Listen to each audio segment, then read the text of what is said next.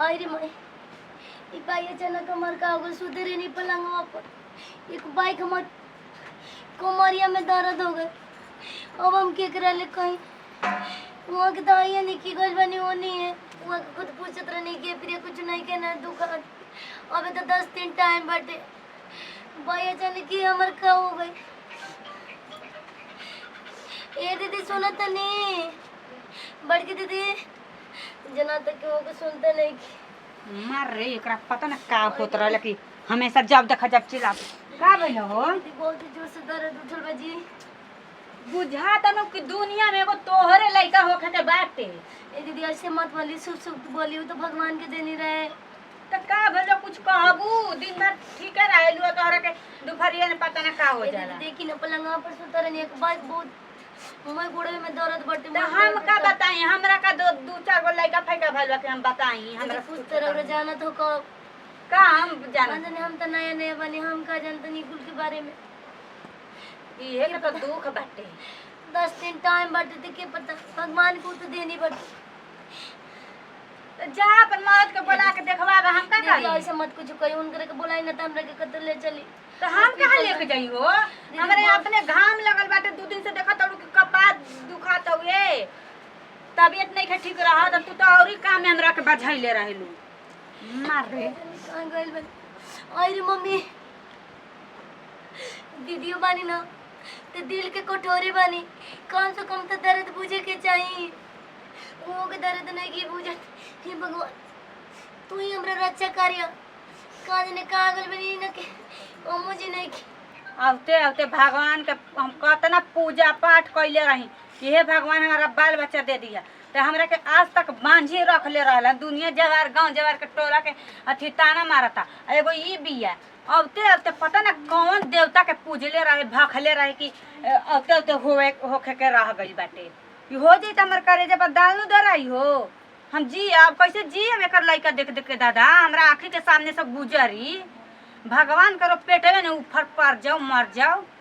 हम तो देखल ना चाही ना एकर सुबह शाम दौरा दिए होल रहता बैल बेली फुलवा रानी ढेरी जैसे चिल्लाती है दुनिया गांव जवार के जनाई ना त कैसे कही कि हमरा लइका होखे के बा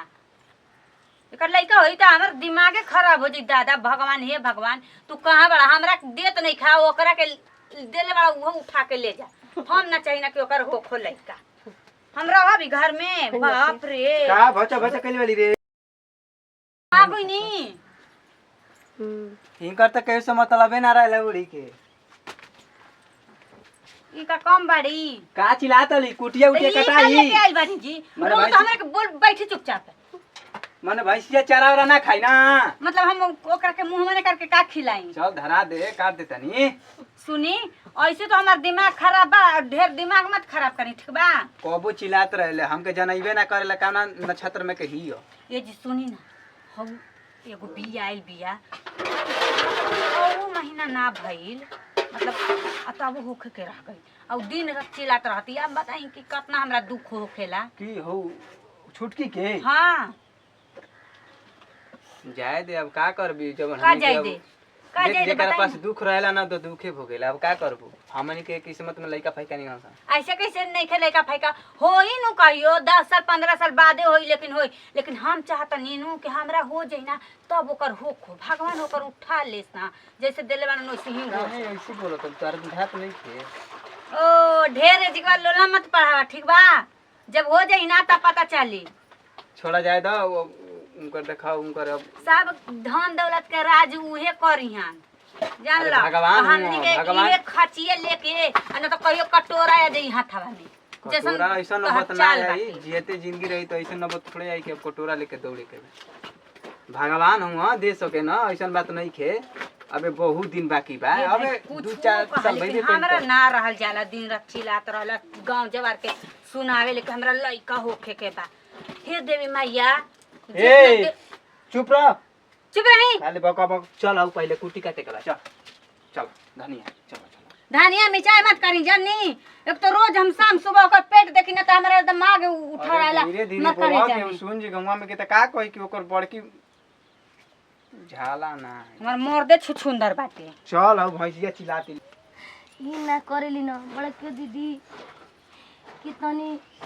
कौन सा बुद्धा हमार तक कपड़वा ना पीसती हमार मर्दा के खींच के पसार देती तो वो जुगे अपने जगह ये पसार ली हमरे दीदी ई छोड़ देली हमार मर्दा के बतावा कैसे भाई भाई में कितना प्यार बा कहाँ जाने का देख के जलत रहते हमार तो समझ अरे मम्मी अरे मम्मी अरे भाई दीदी ए दीदी दीदी दीदी आय अरे अरे बेटवा कहाँ गए दीदी आय दीदी अरे मम्मी आय आय क्या बुझाला ना जब देखा जब चिल्लाते रही आय दीदी चिल्लातली हुनी अरे आय रे अरे रहे ना दी के रहले चली जल्दी घर अरे जाके देख का जाने का चिल्लातली जातनी के तोरा को चिल्लातली दरद से का भेल बे रे दीदी पानी देना आय पानी पानी हाँ। ये जी पानी हम लेना चला के आवता दीदी नहीं ऐसे मत बोली आई आय आय दीदी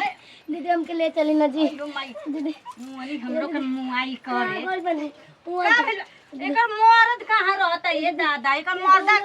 बहुत जोर से दर्द उठल बा दीदी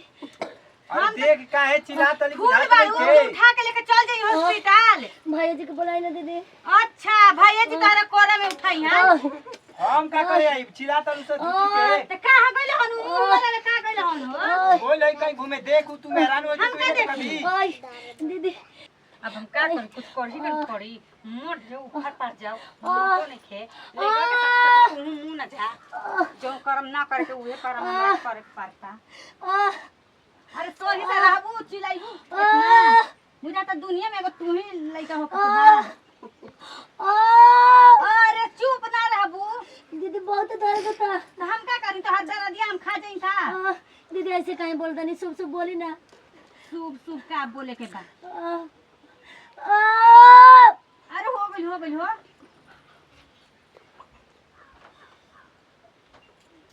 भगवान तो लइका भइल बा का कुछ कहते नहीं कर दीदी हे सूरज भगवान हम का कहले रही तो लइका भइल बाटे ए दादा इतना सुघर लइका बाटे हम जौन सोचले रही पूरा ना भइल मुआ दे तनी नु बेहोश बिया कह मुआ लइका भइल बाटे झूठ मूठ नाटक न करे पड़ी ये जे रख देतनी कहती है मुआ लइका हमरा रोबहु नहीं आवे आयो माई हम सोचले रही कि बबुआ आई तो हमरा के बड़की भाई कोई है माई का हो गइल घरा में रोवत तरी करे हम ना जानत रहिए दादा क्यों ना रानी के नजरिया लाग गइल बाटे का हो गइल ए रो भाई आज बाबा भइल बाटे अभी दुनिया में ना रहले दादा ये का कहतली रे हम ना जानत रही कि ऐसा हो जाए ले सोचते न रहली ह कि जान ले लियो कर आयो ऐसे झगड़ा लड़ाई के ना करेला लेकिन का ना करेला तू ही तो रो सरापत रही कि फलनिया के लइका होत है भगवान लइका जान होके दिया अले आज उहे बतिया सच हो गइल अब खुश बानी ना कैसे बोला दादी जी हमरा मोहदाय ना रहे तब रोती बताई था आयो बचिया अच्छा रोवाला गावला सब कुछ ना होई जौन होके का बताऊं हो गइल ठीक बा रोवा गाँव में तुम करे के अब उठा के लेके चलो घर में जा